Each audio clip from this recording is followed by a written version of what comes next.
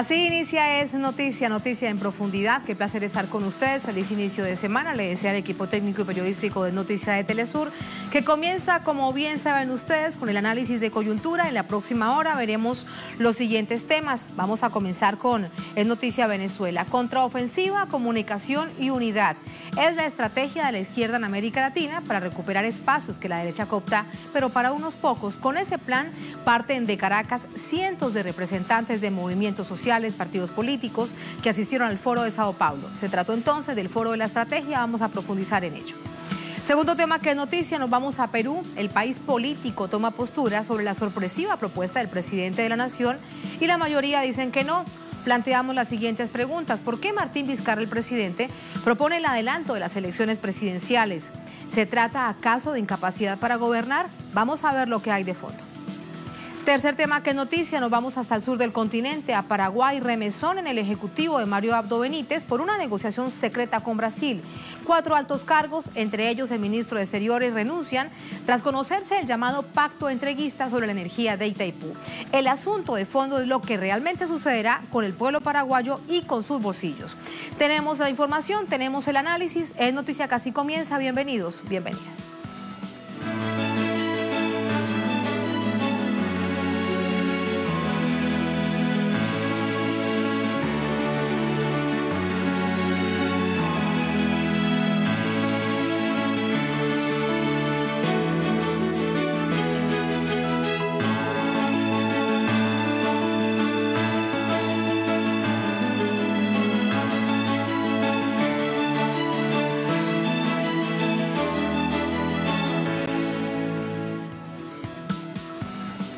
En Noticia Venezuela, la clausura del Foro de Sao Paulo deja una tarea clara para la izquierda mundial y, por supuesto, para América Latina: enfrentar los embates criminales del gobierno de Estados Unidos sobre la soberanía de naciones y los gobiernos progresistas. Tenemos los detalles a continuación. El 25º encuentro del Foro de Sao Paulo culminó en Caracas con una declaración que convoca a las fuerzas populares y progresistas de América Latina y el mundo a fortalecer el movimiento en defensa de la paz, la democracia y las conquistas sociales alcanzadas con sentido de urgencia. El documento señala que el principal objetivo común debe ser el de confrontar y rechazar la conducta agresiva e irresponsable de la administración Trump. El movimiento condenó el bloqueo económico, financiero, comercial y el cerco diplomático por parte del gobierno de los Estados Unidos sobre Venezuela. Asimismo, rechazó las amenazas de intervención militar contra el país y respaldó el proceso de diálogo entre el gobierno y sectores de la oposición. El foro también exigió el fin del bloqueo contra Cuba, convocó a fortalecer el movimiento de solidaridad para exigir la libertad del expresidente brasileño Luis Ignacio Lula da Silva, condenó el asesinato sistemático de los líderes sociales en Colombia y exigió al gobierno de Iván Duque el cumplimiento de los acuerdos de paz. Además, llamó a reforzar la unidad y defender los principios de soberanía y autodeterminación de los pueblos. El conglomerado de izquierda fustigó además el papel injerencista de la Organización de Estados Americanos y repudió la presencia militar de Estados Unidos y sus aliados de la Organización del Tratado del Atlántico Norte en el Caribe, con fines agresivos y de presión sobre las naciones de la región. Sobre este punto, precisamente la víspera, el jefe del Comando Sur de Estados Unidos, Craig Fowler, afirmaba que el ejército estadounidense continuará realizando vuelos de supuesta vigilancia sobre los espacios internacionales alrededor de Venezuela y Sudamérica. Continuaremos. Estados Unidos de América, nuestro ejército, nuestra armada continuará volando y operando donde sea que se apliquen las reglas internacionales, y eso incluye alrededor de Venezuela, Sudamérica y alrededor del mundo. Según el derecho internacional, los aviones que pasan la región de información de vuelo están obligados a reportarse con la torre de control del país más cercano, lo cual no ocurrió con Venezuela y, por ende, configura una violación del derecho internacional y una amenaza de incursión ilegal de Estados Unidos. De hecho, con respecto a esto, en las últimas horas el gobierno de Venezuela denuncia que denunciará, valga la redundancia, lo dice en Venezuela, pero que lo denunciará a instancias internacionales. De esto le preguntamos de inmediato a Luis Tavera desde nuestra sala de redacción. Luis, ¿cómo estás? Buenas noches. ¿Ante qué instancias internacionales?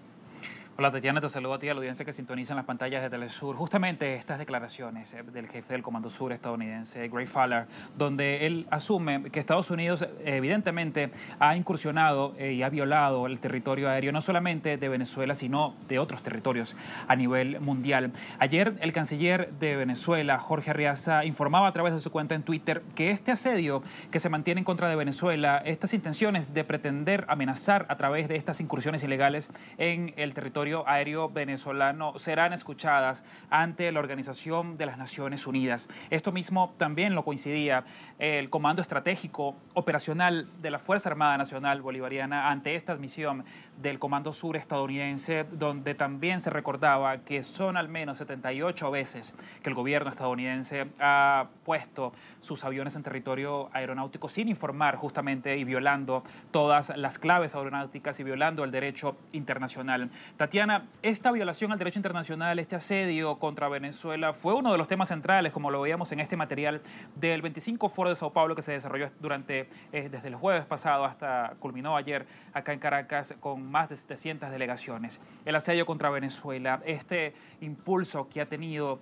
la derecha con respecto a una agenda de pretender vender cierta inconstitucionalidad desde el presidente Nicolás Maduro utilizando este tipo de estrategias.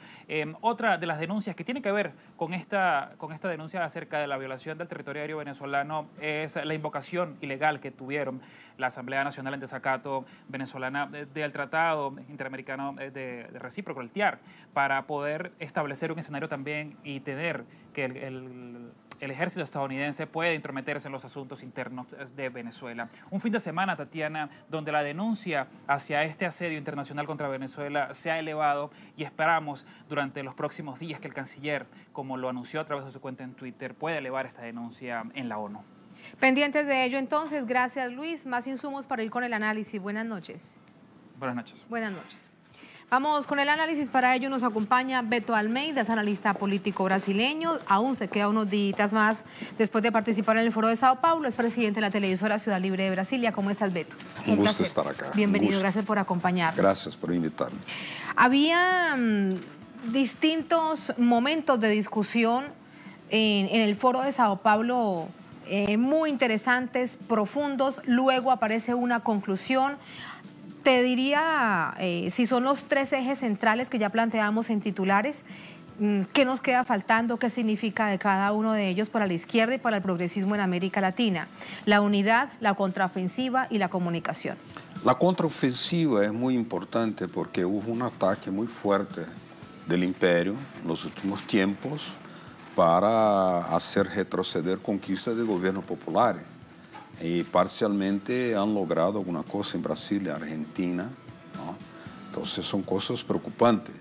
Pero eso no significa que no podemos permitir salir del foro con un optimismo, no un optimismo voluntarioso, pero un optimismo de la razón, porque vimos acá una representatividad inmensa de partidos, movimientos sociales, intelectuales, que están muy decididos y muy dispuestos a construir una avanzada de luchas populares y que hay condiciones para recuperar protagonismo nesse sentido.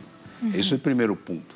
El otro fue la importancia del trato del tema de comunicación, incluso con un taller realizado acá en Telesur, que Telesur participando efectivamente del foro, llamó a todos los agentes de la comunicación de progresista y transformadora para dar un estatus superior al tema de comunicación para los movimientos sociales, para la izquierda, que no es solo diagnosticar los ataques que el imperio está haciendo, con mucho eso, de pasar, basta citar el uso de la comunicación manipuladora en elección de Brasil, de Argentina, por ejemplo, la guerra mediática contra Venezuela, contra Cuba, que está recrudeciendo, está muy fuerte en ese sentido.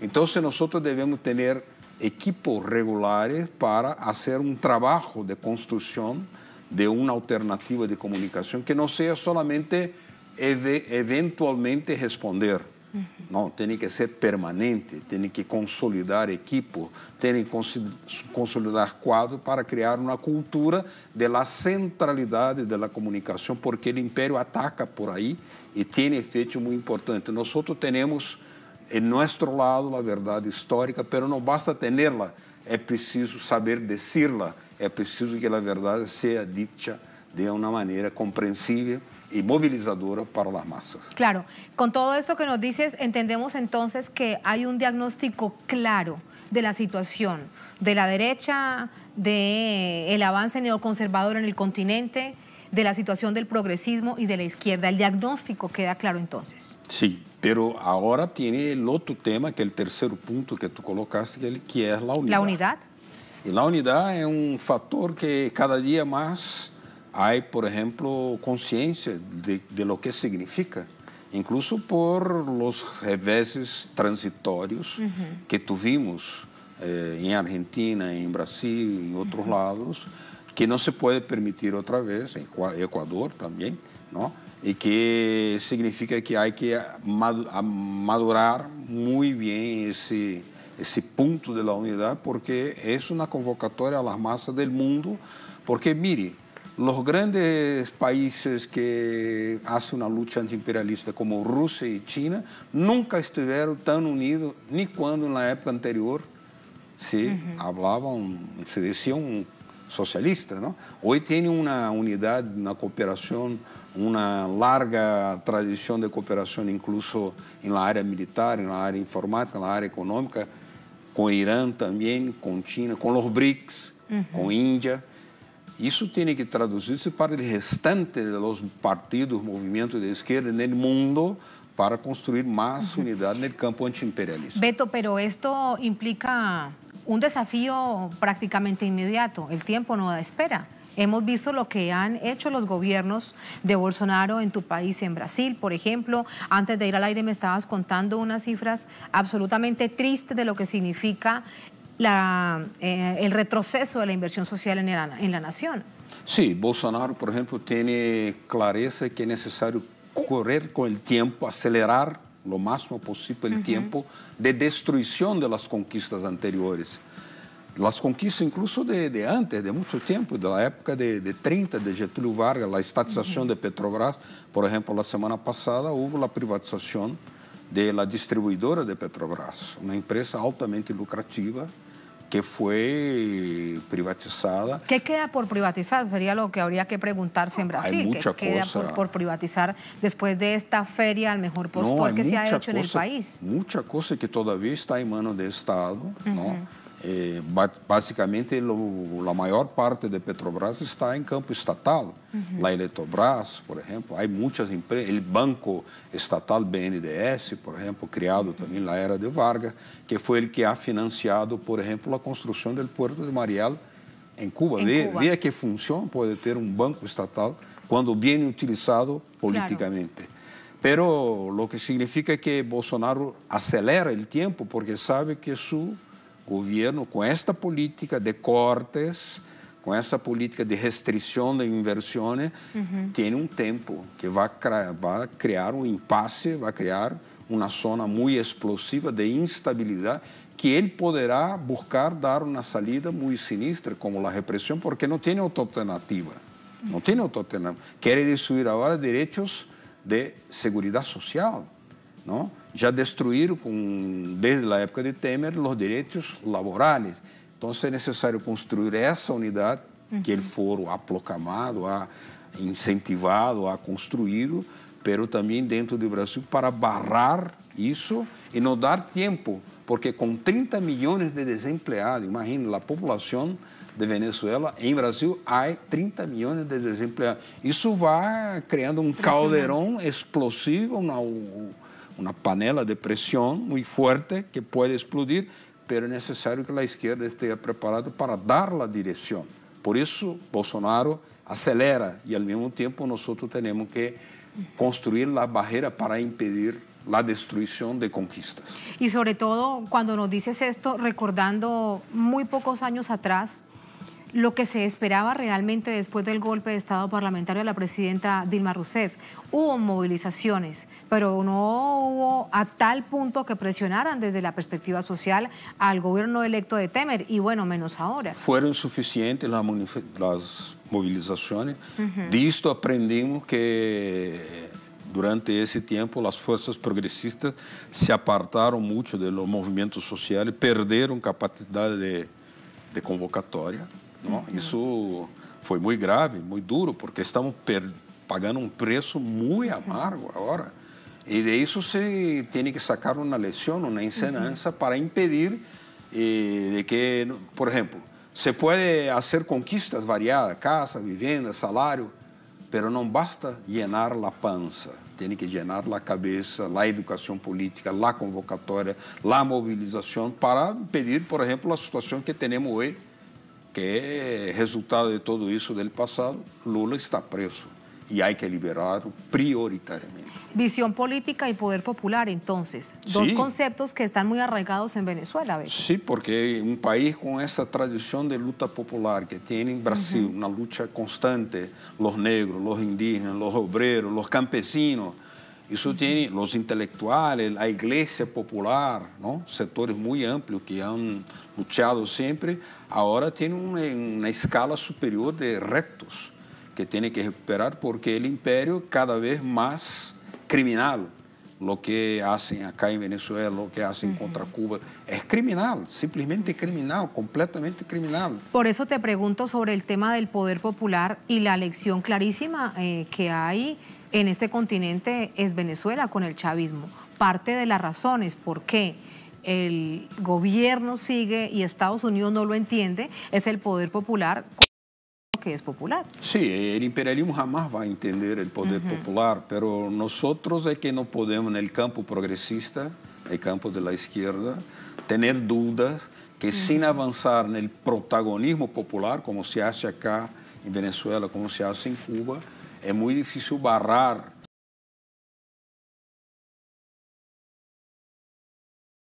va a respetar normas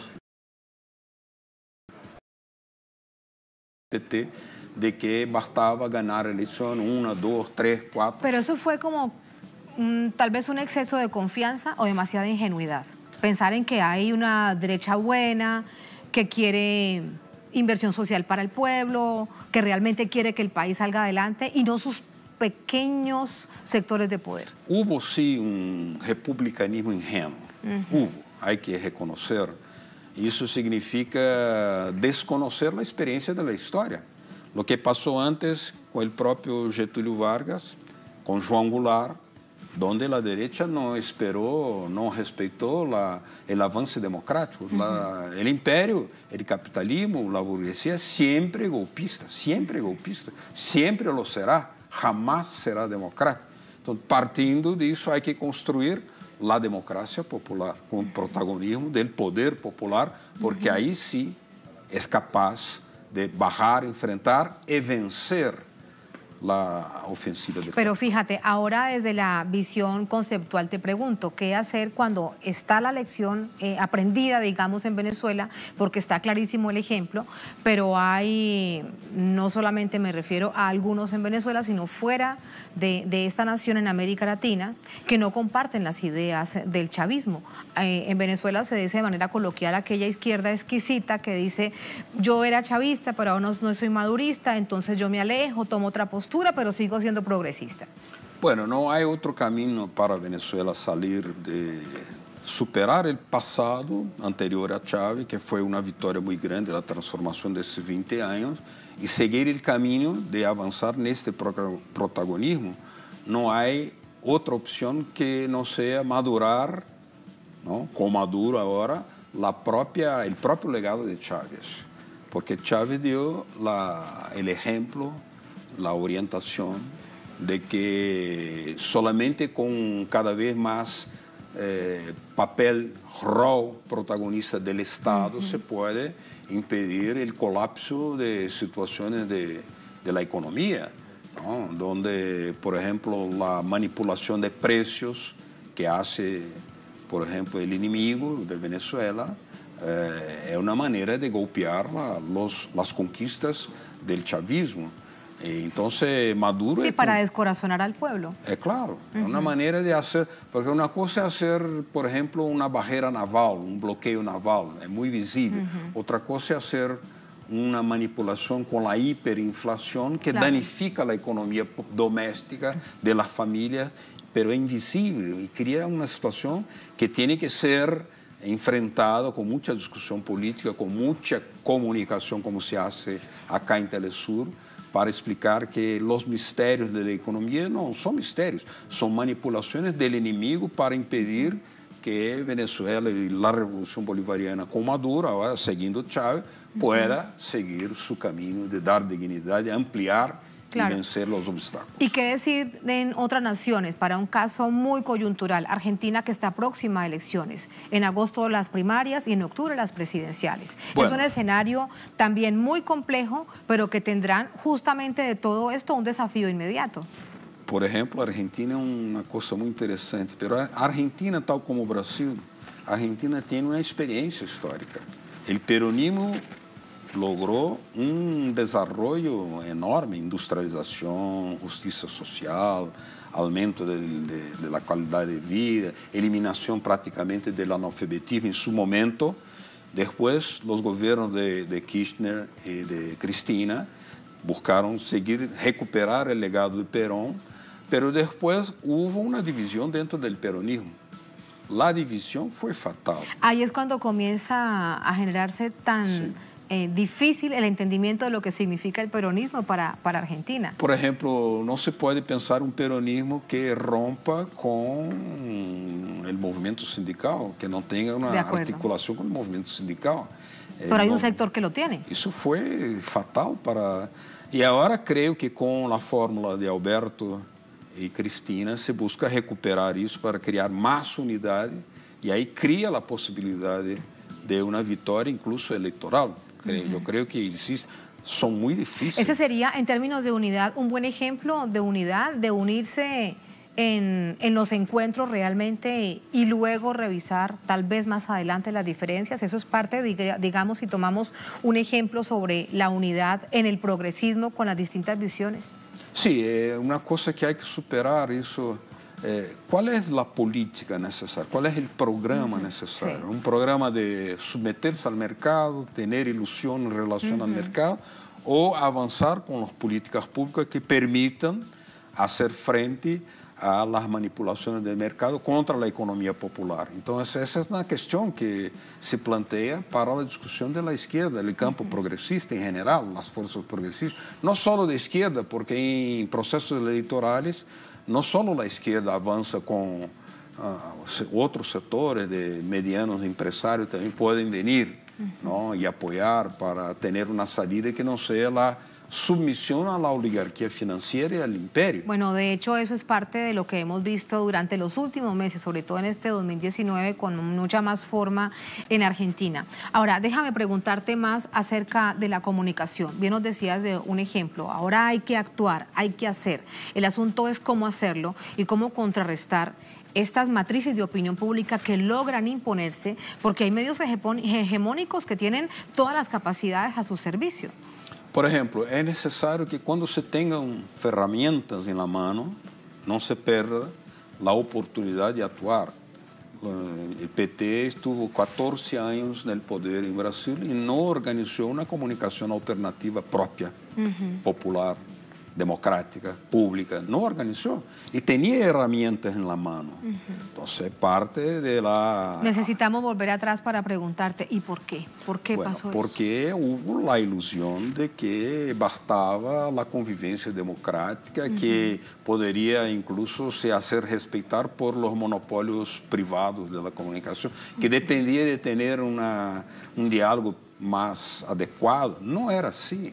O sea, cuando ellos, la derecha, percibieron el peligro de que venía la quinta victoria del PT, que ese gobierno estaba haciendo un proceso de integración latinoamericana y el papel de Brasil, por su peso económico, es muy importante en la integración latinoamericana, de crear obras importantes de infraestructura. Entonces, el imperio es necesario interrumpir. Quando se descobriu o petróleo pré-sal, imediatamente, naquele mesmo dia, o Império reativou a quarta frota para ameaçar o Brasil do petróleo pré-sal. Imagínate. Então, não se pode ter a ilusão que vão ser respeitadas as normas democráticas por el Império. Tal vez te pregunto, después de todo esto que ha pasado desde que termina Obama con la amenaza inusual y extraordinaria que significa Venezuela para los Estados Unidos, con la llegada de Donald Trump a la Casa Blanca, si hay algo bueno o algo que se pueda rescatar, es que el hecho de haberse quitado estos gobiernos de Estados Unidos la careta da mucha más perspectiva de lo que significa esa lucha, tal vez el ver que ya se sabe exactamente cómo actúan. Antes desde una visión diplomática o de más de bajo perfil, ahora lo dicen tan abiertamente. Mira, por ejemplo, lo de estas últimas horas con el Comando Sur de los Estados Unidos. Sí. Estados Unidos puede espiar a Venezuela, Sudamérica o a cualquier parte del mundo. Sí. Y se amparan siempre en una normativa internacional que bien sabemos que incumplen. Sí, es una situación rara, ¿no? Porque ellos cambian un poco, pero no su naturaleza esencial, que es la naturaleza venenosa y criminal. Lo que diría ahora que sorprende es que lo dicen tan abiertamente. Entonces, tiene que decir abiertamente porque hoy los gobiernos revolucionarios y de izquierda están al punto de tener que defender la Carta de la ONU. ¿Cuándo fue que eso pasaba antes? Antes no era importante defender la Carta de la ONU. Bueno, la Carta de la ONU... Ya hay un día del multilateralismo y la defensa de la Carta de la ONU. Porque la acción del imperio es totalmente criminal, al arrepio de derecho internacional por completo, ¿no? Entonces, ellos cambian algo. Obama era el premio Nobel de la Paz, pero era el premio Nobel de la Guerra. Fue el premio Nobel de Paz que más guerra hizo, ¿no? Contra Libia, que el comandante Chávez tanto denunció acá, ¿no? Entonces, ellos están haciendo guerra por todos lados, donde pueden, tienen intervención en todos lados, crecientes intervención en todos lados, pero no están, a veces no están tan decididos porque hay una importantísima unidad entre Rusia y China, un acercamiento entre Rusia e Irán y China. Índia também se acerca, com Turquia, que se acerca contraditoriamente, pero é muito importante porque Turquia agora busca comprar armamento e ter alguma cooperação com Rússia. Isso é um país da OTAN. Sí. Um país da OTAN. Então, são fenômenos importantes de descontrole do campo do império. Nós temos que aproveitar quando pueda. Pero sin perder la perspectiva de que tenemos que nuestra verdadera unidad en el campo de la izquierda para hacer frente, como el foro ha convocado acá, una unidad revolucionaria sin ilusiones, pero al mismo tiempo convocando las masas. Para despedirte, pero sí optimista entonces. Otimista dentro de la razón, o sea, no un voluntarismo optimista abstrato, pero... Tenemos no retórica etérea, te entiendo. É possível avançar, é possível recuperar terrenos perdidos e é possível construir uma unidade que assegure, não? Barrar a ofensiva do império e recuperar protagonismo de movimentos progresistas y transformadores. Muchas gracias, Beto. Así te despido. Un placer. Bienvenido siempre. Muchas gracias. Gracias. Así nos vamos a la primera pausa en esta emisión de Es Noticia. Al volver, Es Noticia Perú. El país político toma postura sobre la sorpresiva propuesta del presidente de la Nación y la mayoría dice no. Nos preguntamos lo siguiente: ¿por qué Martín Vizcarra, el jefe de Estado, propone el adelanto de las elecciones presidenciales? ¿Se trata acaso de incapacidad para gobernar? Vamos a ver lo que hay de fondo al volver. Estamos en Es Noticia.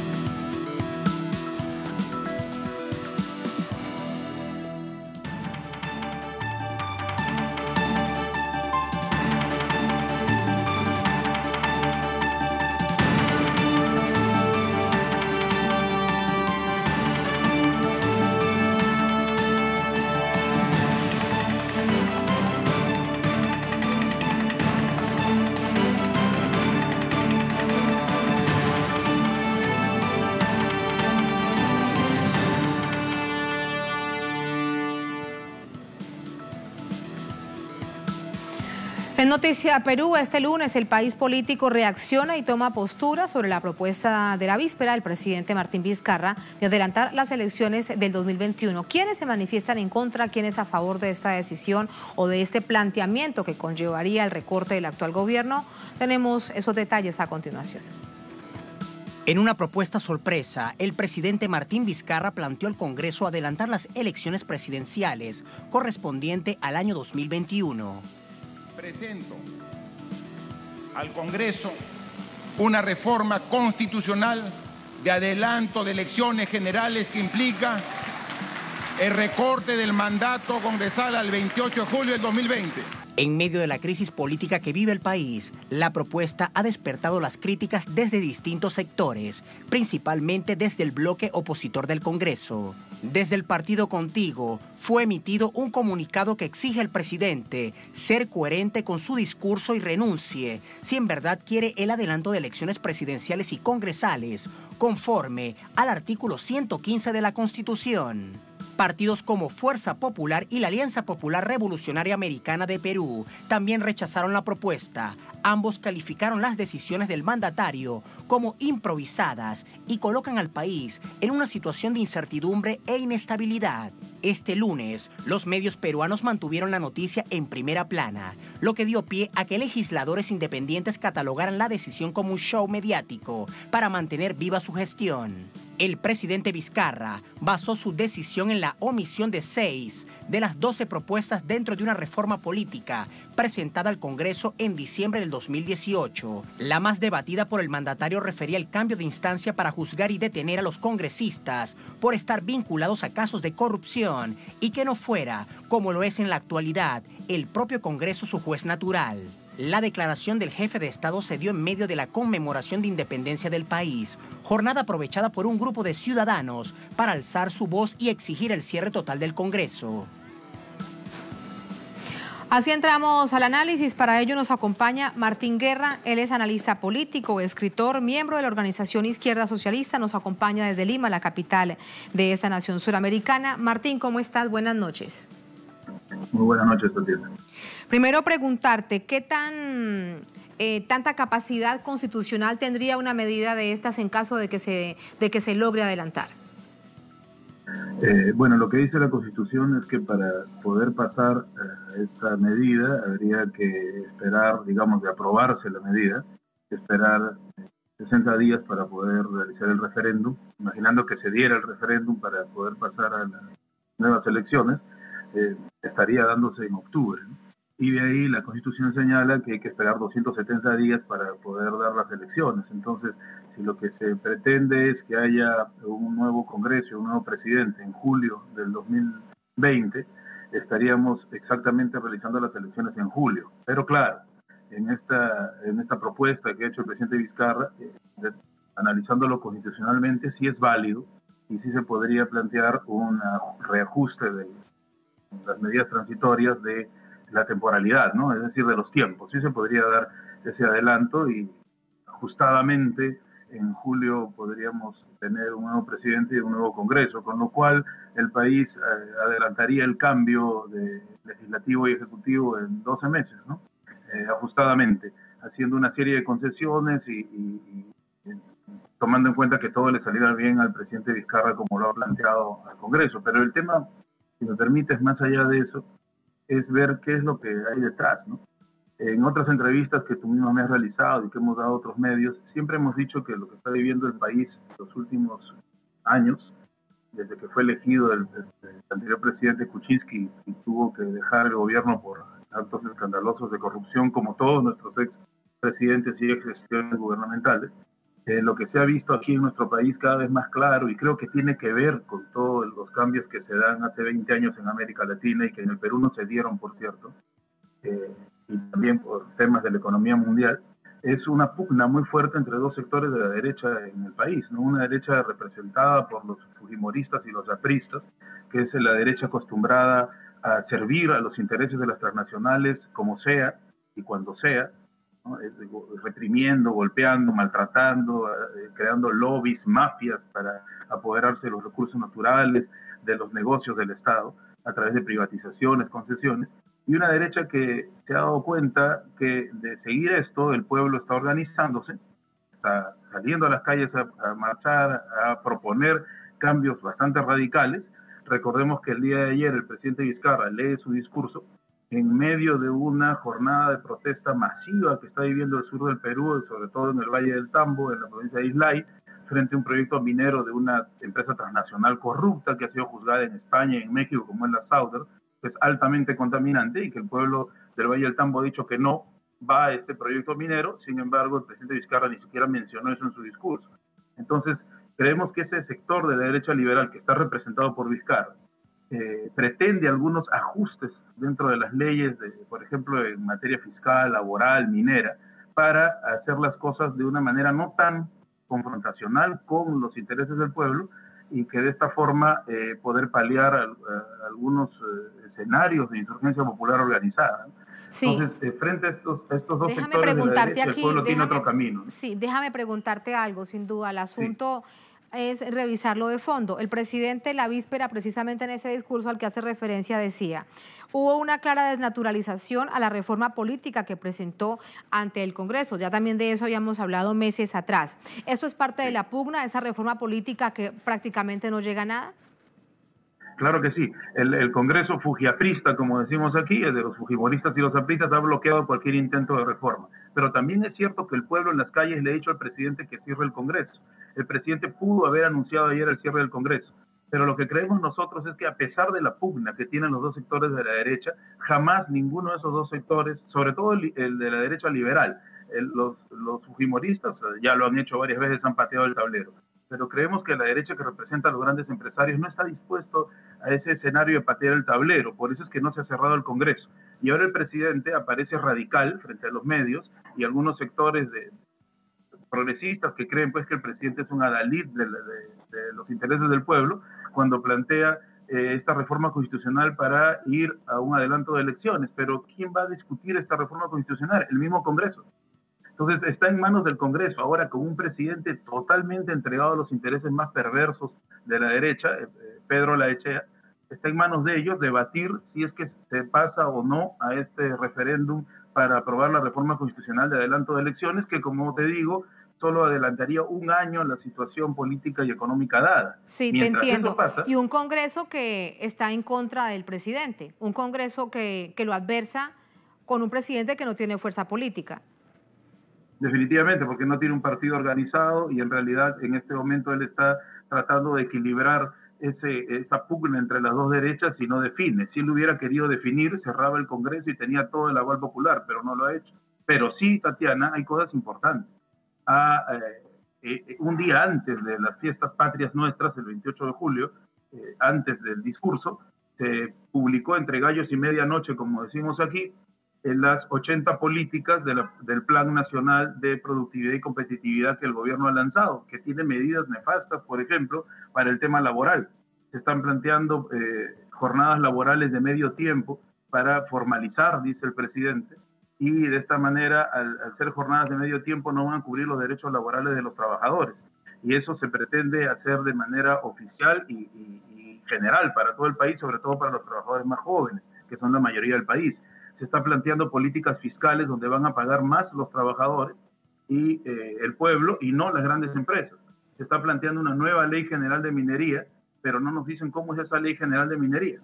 Quiere decir que ya no vamos a seguir exportando materia prima, plata, cobre, zinc, que se llevan del Perú, y que no procesamos ni generamos ninguna industria derivada.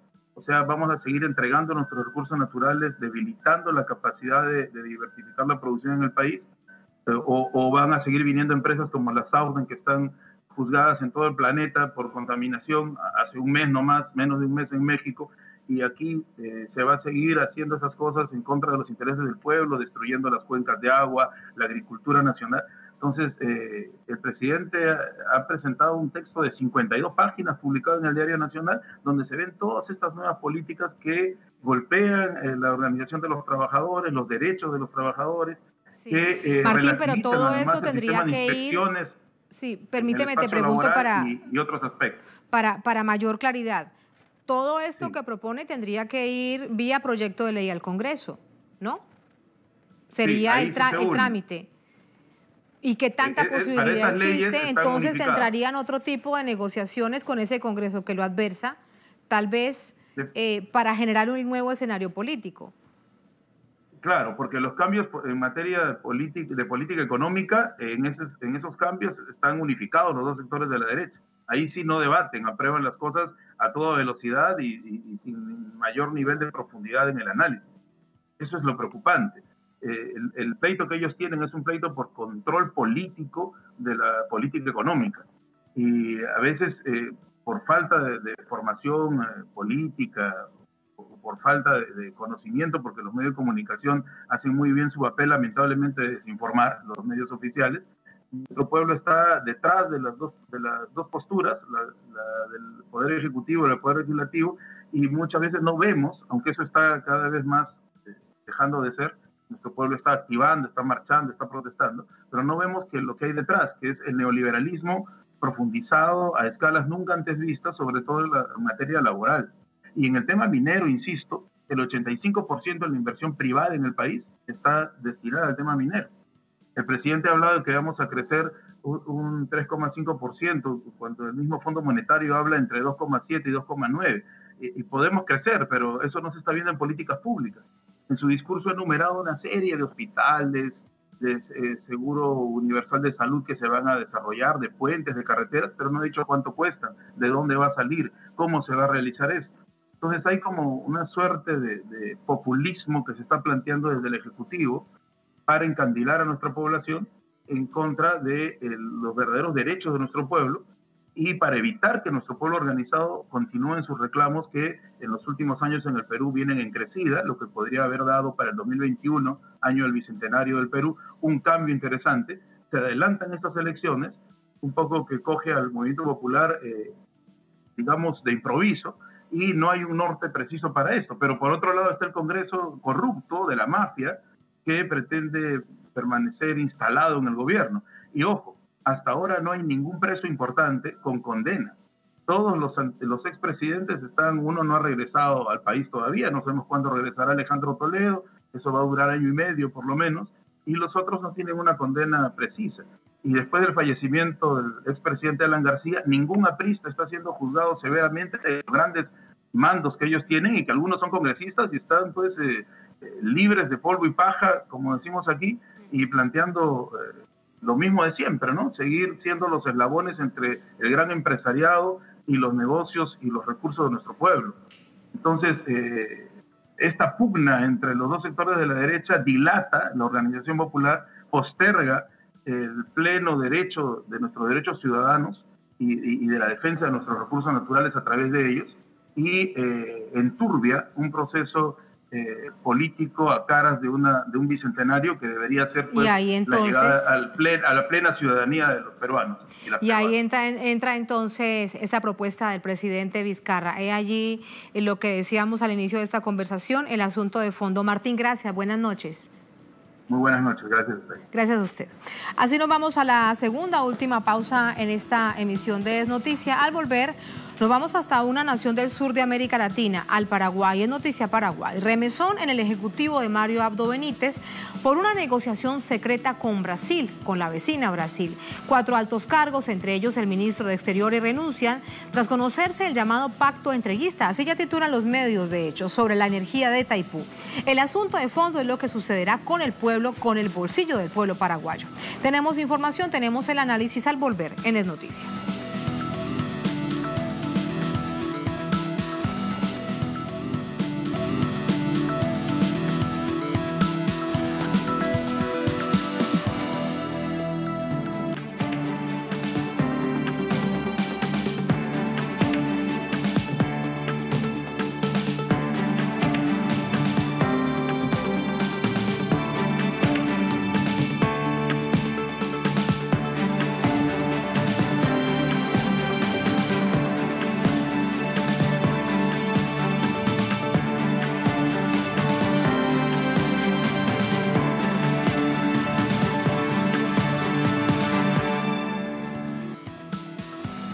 noticia Paraguay, la firma de un acuerdo entre los gobiernos de esta nación, Paraguay y Brasil, sobre la hidroeléctrica que comparten derivó en la renuncia del canciller paraguayo Luis Castiglioni.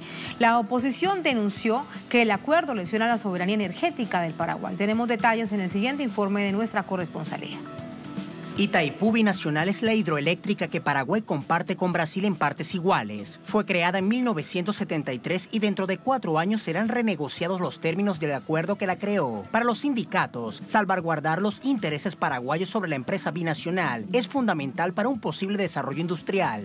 Si este va a ser la línea de negociar el tratado del anexo C en el 2023 y estamos perdidos. Por eso hay la preocupación de la gente, porque la gente tiene una esperanza de que cuando el 2023 se negocie el anexo C, podamos dar valor agregado a nuestra energía eléctrica y cambiar un poco de alguna forma este modelo económico agroexportador y ganadero que nos tiene en la pobreza. Luego de la renuncia del presidente de la Estatal Eléctrica de Paraguay, ANDE, que administra la energía que produce Itaipú, fue dado a conocer un acuerdo que va en detrimento del control paraguayo sobre el 50% de la hidroeléctrica, según legisladores de la oposición. Estamos corroborando, ¿verdad?, que lo que decíamos era absolutamente cierto.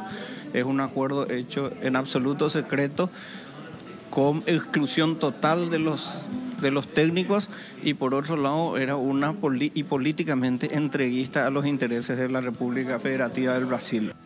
La Cámara de Diputados amenazó con iniciar un juicio político contra el presidente de la República, Mario Abdo Benítez, si no destituía a los 4 funcionarios implicados en la firma del acuerdo entre Brasil y Paraguay. Todos ellos renunciaron, pero los legisladores siguen advirtiendo a Abdo que defienda los intereses del Paraguay. Que le quede claro que él también se puede ir, presidente, porque acá lo que no vamos a permitir es que se siga traicionando los intereses de todos los paraguayos, el futuro de los paraguayos, el presente de los paraguayos, porque si nosotros no negociamos Itaipú en defensa, no tenemos posibilidades de revertir los problemas de pobreza, los problemas de desigualdad. Organizaciones sociales anunciaron que seguirán atentos a las negociaciones que puede emprender el gobierno en torno a Itaipú, la mayor empresa productora de energía hidroeléctrica del mundo, según datos oficiales. Y una situación que en este momento aún no queda clara, te preguntamos de esto, Osvaldo Saya, nuestro corresponsal desde Asunción, la capital suramericana. Hola Osvaldo, o renuncian porque se filtra esta negociación, como le llaman, este pacto secreto, este pacto entreguista, o es que el presidente realmente se adelanta y los despide.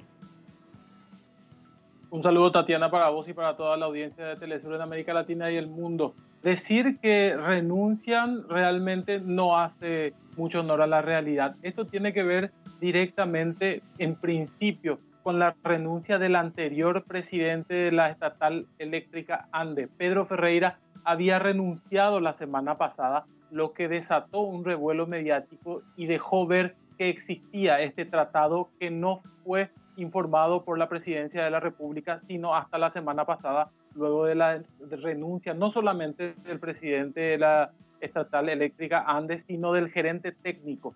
Ellos denunciaron que por lo bajo la pérdida que tendría Paraguay con la firma de este acuerdo era de entre 250 y 300 millones de dólares. De ahí el Congreso de la Nación convoca una sesión extraordinaria que se dio el viernes pasado y la ciudadanía se convoca en una movilización que se realizó frente a la sede de la ANDE el sábado por la tarde. Se puede decir que la presión ciudadana no solamente terminó en la renuncia del canciller Castiglioni, del embajador paraguayo en Brasil, sino también del presidente de la Itaipú Binacional del lado paraguayo, Luis Alderete. Se habla de la renuncia, ellos pusieron los cargos a disposición, pero también es sabido que en la Cámara de Diputados y en la Cámara de Senadores ya se hablaba de un juicio político si es que no se tomaban medidas sobre los responsables de lo que la oposición y organizaciones ciudadanas como el Sindicato Nacional de Trabajadores de la Electricidad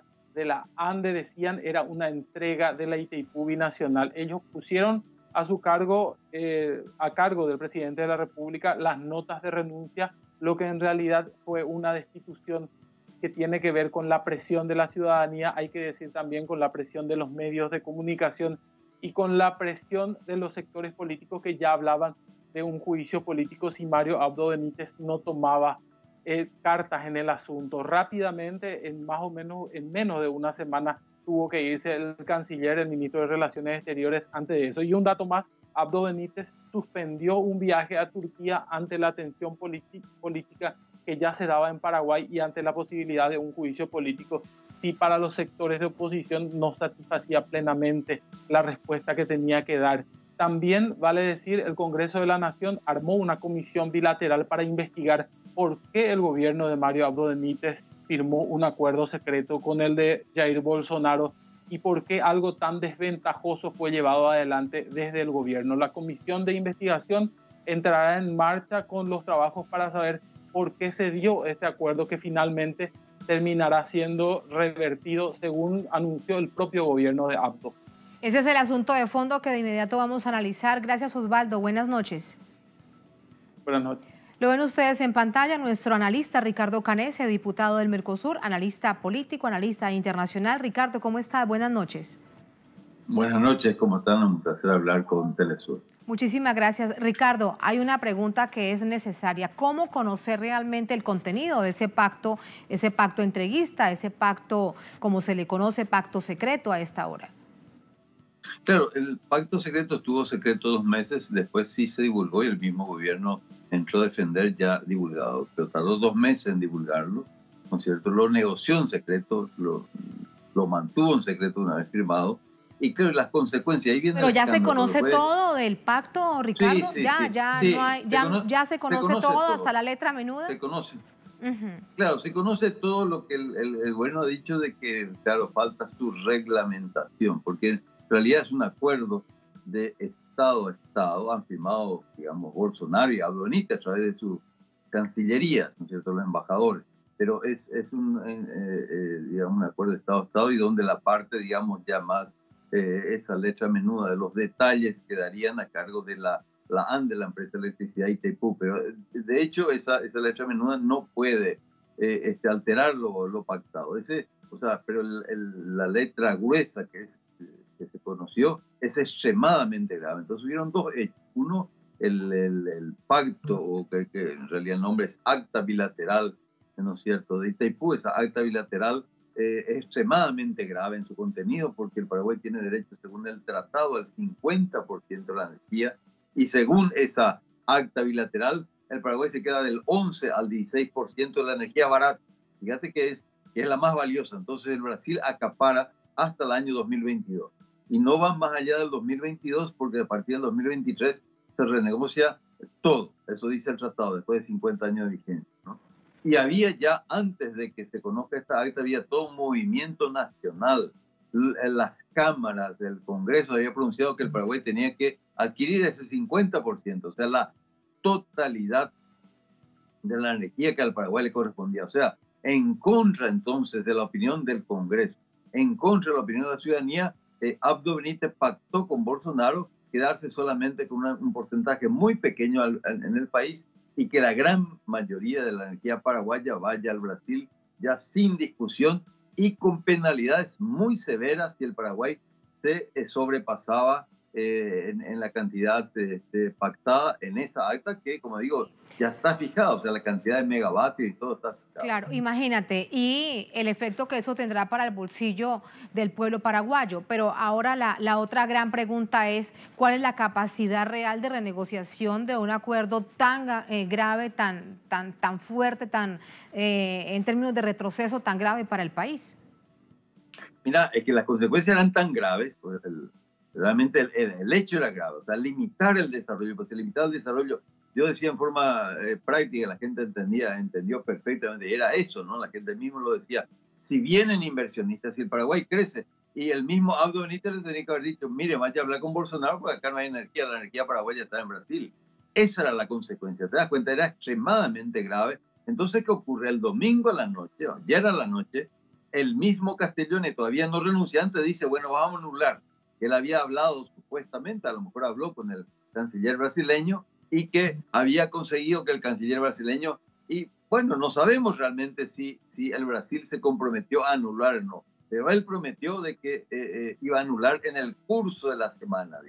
Bueno, la gente no esperó, se le pidió la renuncia en 24 horas, o sea, y efectivamente estaban renunciando entonces el canciller, el presidente de la empresa eléctrica, la ANDE, el director de Itaipú Lado Paraguayo y también el embajador paraguayo en Brasilia.